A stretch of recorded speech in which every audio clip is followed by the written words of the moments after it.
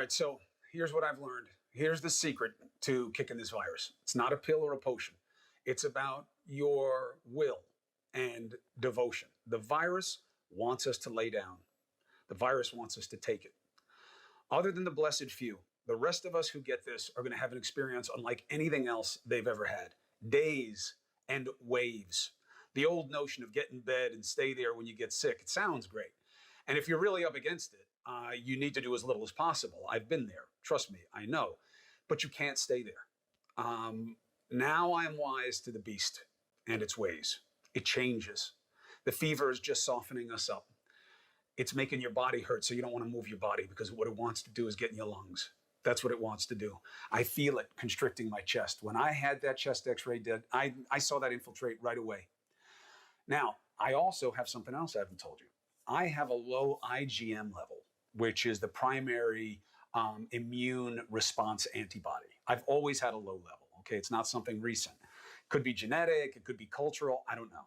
But it makes me susceptible to things like bronchitis and crap like that. So there I was on Friday night, okay? I was not gonna do the show tonight. I was done. I was in a pool of sweat. 12 hours later, I was in the same damn place. I hadn't slept a minute. I was just soaked and scared, honest to God. So then I get a call from a friend of a friend of a friend. Now this keeps happening to me now. This new reality of how much people just care. I have this new network of not just sources, but really good people. And they all come this way, friend of a friend of a friend. Why? Because we're all battling this all over the country and the world, and people want to beat the beast. So this doctor calls me up, asks me about my symptoms. He's a pulmonary expert and says, can you get up? I say, yeah, I can get up. He says, do it. He says, can you stretch your torso?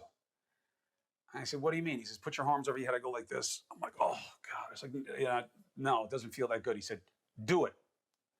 He said, can you hold your breath for 10 seconds? I said, probably not, to be honest. He said, do it.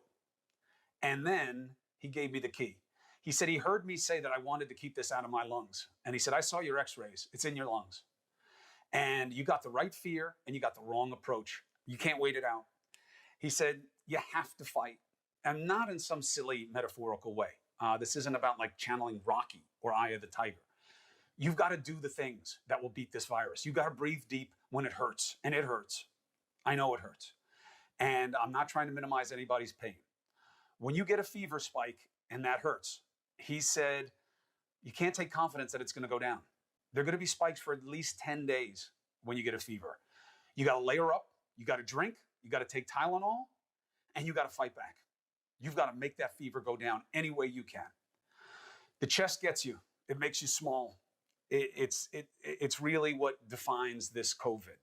And the COVID is banking on you doing nothing. Your indolence, as the doctors call it. It wants us passive on our backs. It wants us to do nothing. The answer has to be to do everything. I lie on my side. I lie on my stomach. I'm up.